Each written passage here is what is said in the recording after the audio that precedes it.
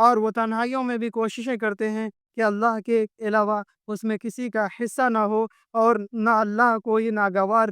چیز نظر آئے۔ بس جب یہ لوگ اخلاص کا دامن تھام لیتے ہیں تو اللہ تعالیٰ ان کے اعمال میں بھی اور ان کی عمر میں بھی برکت دے دیتا ہے۔ جب انسان کسی بھی عمل کو کر رہا ہوتا ہے، اس میں کسی دوسرے انسان کو خوش کرنا مقصد نہیں ہوتا ہے، تو وہ صرف اللہ تعالیٰ کی رضامندی ہوتی ہے۔ جس طریقے سے بعض احادیث میں آیا ہے قربانی کے تعلق سے بھی اور دیگر نیکیوں کے تعلق سے بھی، کہ اللہ تعالیٰ جو ہے کسی انسان کے شکل و صورت کو نہیں دیکھتا ہے، اللہ تعالیٰ کے پاس گوشت اور خون نہیں پہنچتے ہیں، بس اللہ تعالیٰ کو اگر کچھ پہنچتا ہے تو تمہاری نیت پہنچتی ہے، تمہارے اخلاص اور تمہارے دل کے اندر کا جو جذبہ ہوتا ہے اللہ کے لیے نیکی کرنے کا، وہ اللہ کے پاس پہنچتا ہے۔ تو کار دعوت پر جو ہمیشگی ہے اس کے تعلق سے بھی اخلاص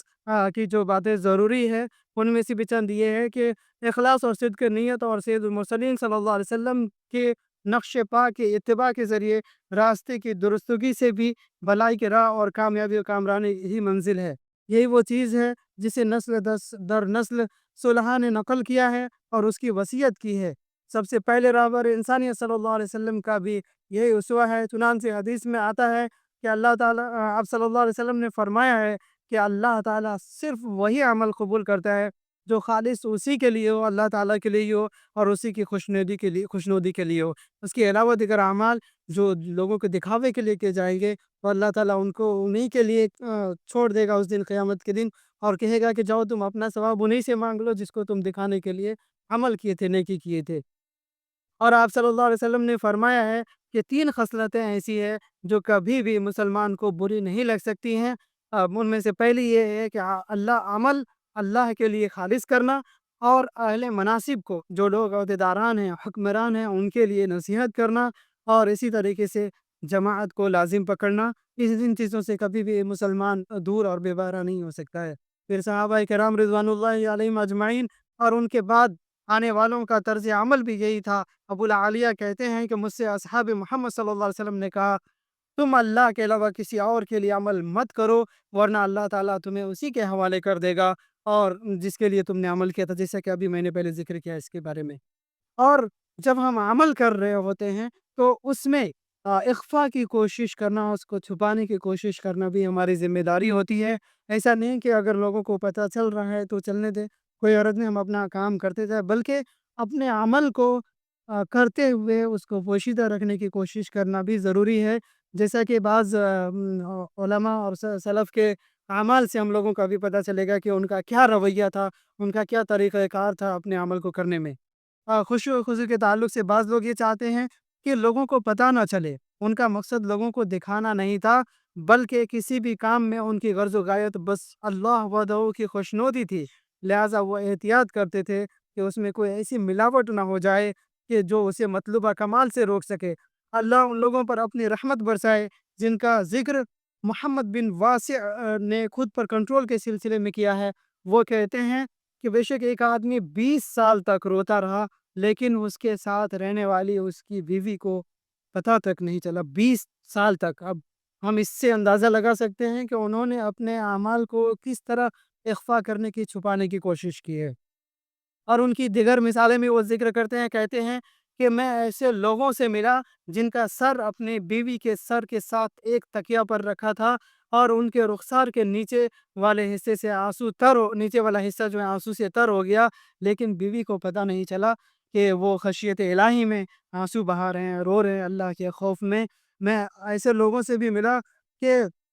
ایک آدمی صف میں کھڑا ہے، آنسو اس کے رخسار سے بہہ رہے ہیں، لیکن برابر والے کو اس کا احساس تک ہونے نہیں دیا۔ عموماً گریہوزاری کو چھپانا ہی بہتر ہے۔ یہ چیز ایسی ہے کہ اس کو پوشیدہ ہی رکھی جائے۔ اگر آنسوؤں کو چھپانے والے ظاہر نہ کرنے کا کوئی راستہ ہو تو ایسا ہی کرنا چاہیے۔ حسن بصری کہتے ہیں کہ اگر کوئی شخص مجلس میں ہو اور اس کے آنسو جاری ہو جائیں تو وہ انہیں روکے، اگر نہ روک پائے تو مجلس سے اٹھ کر چلا جائے۔ محمد بن قاسم نے کہا، محمد بن اسلم اپنے گھر میں داخل ہو کر دروازہ بند کر لیا کرتے تھے اور پتہ نہیں کیا کیا کرتے تھے۔ ایک دن ان کے چھوٹے بچے کو ان کے رونے کے بارے میں بتاتے ہوئے سنا تو ان کی ماں نے منع کر دیا۔ میں نے ان کی ماں سے پوچھا کہ اس کا کیا مطلب ہے کہ آپ نے بچے کو منع کر دیا؟ تو ماں نے جواب دیا کہ بے شک ابو الحسن اس گھر میں داخل ہوتے ہیں اور وہ مطالعہ کرتے ہیں اور روتے ہیں، بچہ جب سن لیتا ہے تو وہ لوگوں سے ذکر کر دیتا ہے، جب وہاں سے نکلتے ہیں تو چہرہ دھو لیتے ہیں اور سرما لگا لیتے ہیں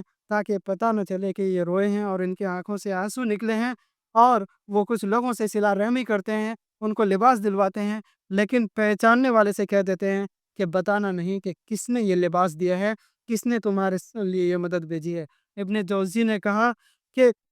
کچھ متقیوں کو درویش، کچھ خاموش لوگوں کو ڈرپوک اور کچھ تارک الدنیا کو افراد کو زاہد کہا جاتا ہے۔ جب مخلص کی پہچان یہ ہے جبکہ مخلص کی پہچان یہ ہے کہ وہ خلوت و جلوت میں یکساں ہو، اور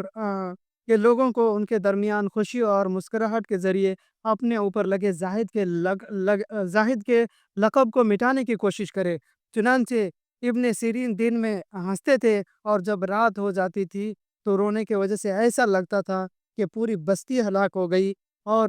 وہ دن میں اسی لیے صرف ہنستے تھے تاکہ لوگوں کو یہ معلوم نہ ہو کہ یہ بہت بڑے زاہد ہیں، بہت ہی گریہ زاری کرنے والے ہیں، بہت زیادہ رونے والے، خشیت الہی والے ہیں۔ وہ دن میں صرف اسی لیے مسکراتے تھے اور لوگوں کو صرف اسی لیے اس چیز سے چھپاتے تھے۔ گریہ زاری اور توریہ اسی چیز میں